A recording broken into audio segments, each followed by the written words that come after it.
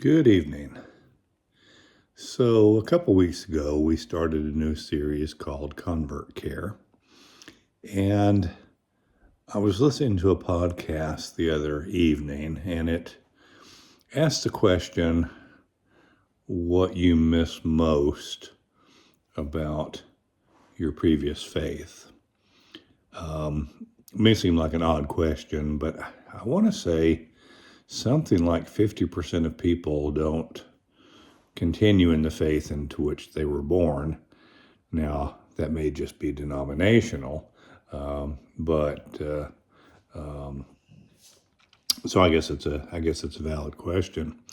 And I thought about it. Well, I think I miss most the availability of community. I don't miss community. I have community when I'm at synagogue. I have community on the internet, etc. But the availability of community is not like it was when I was a Christian. When I was a Christian, I could drive anywhere in the entire country, probably anywhere in the entire world. And anytime I could find a small town, there'd be at least one church, if not two. The fact is that synagogues are more sparsely spaced. I currently live about 3 hours from a synagogue and about 2 hours from a Reformed temple. And so for me to just hop in the car and go to services, etc., isn't quite as easy.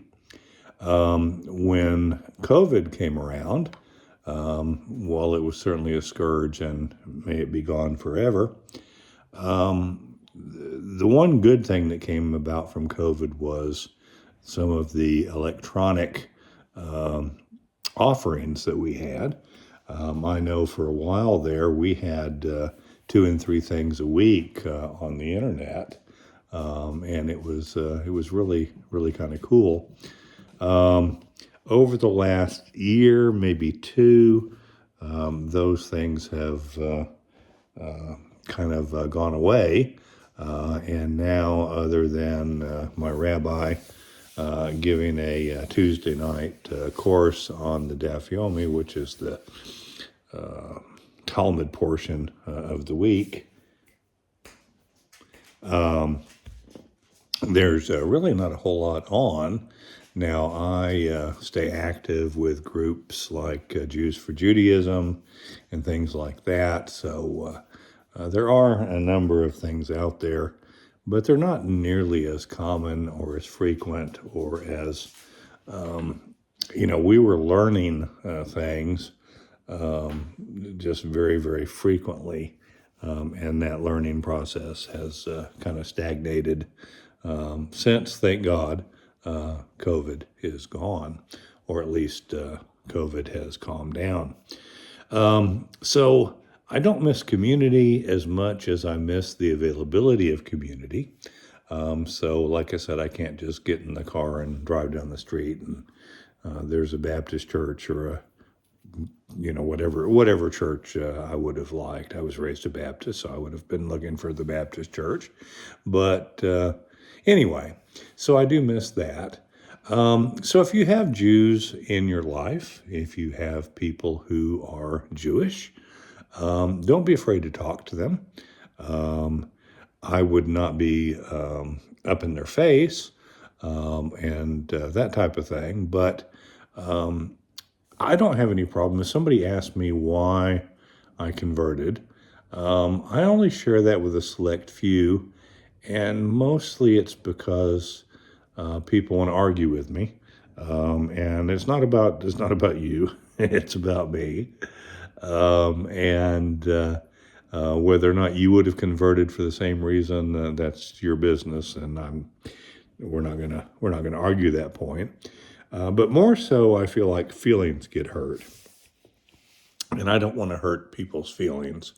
So I don't really go into it in any significant depth, and perhaps I'll share some of that with y'all in the future. But don't get up in your Jew's face and just say, "Why don't you believe in Jesus?" or that type of thing.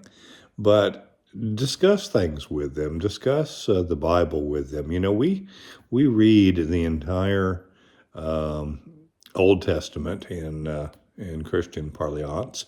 Um, every year. And even if you're doing the triennial cycle, which is every 3 years, we've read it through pretty good. I've been a Jew for 23, 24 years. And so if you divide that by three, or initially by one, yeah, I've read the Bible. And I read different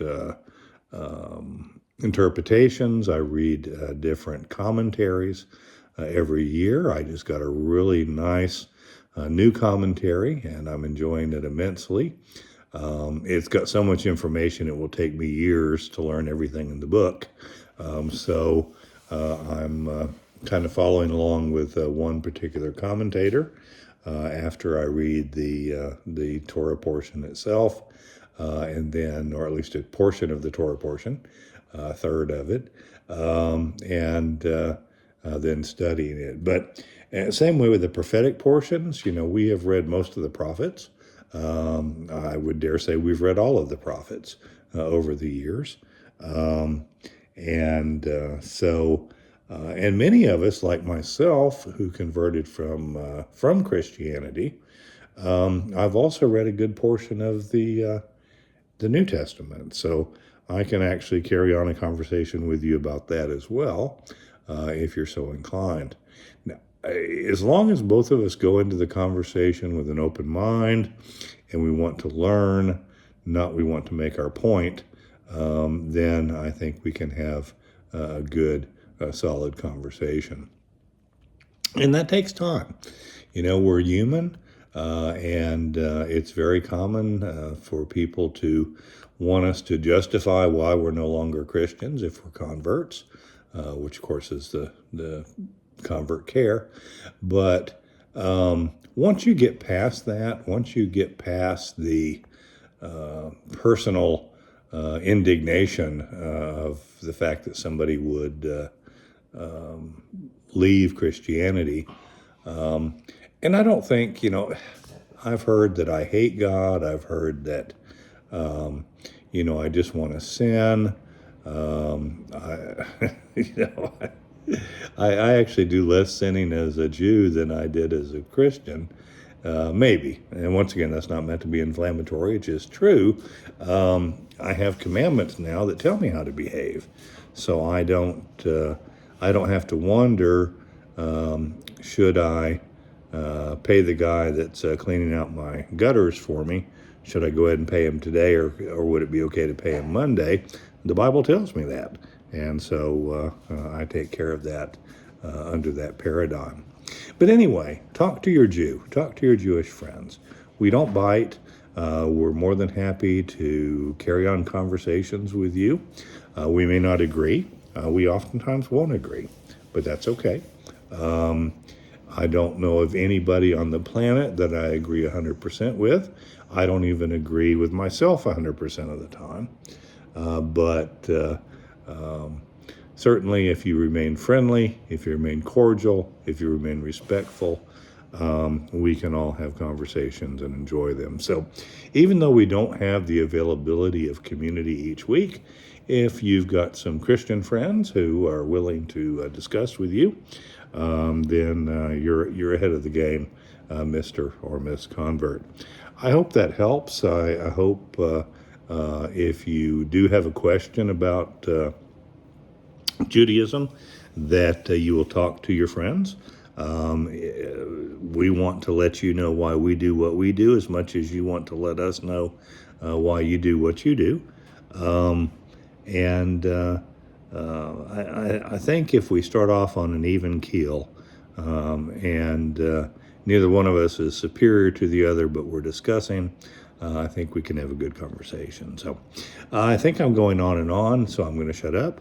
I wish you all a good evening. I hope everybody has a good evening. It's a little chilly out there, so bundle up.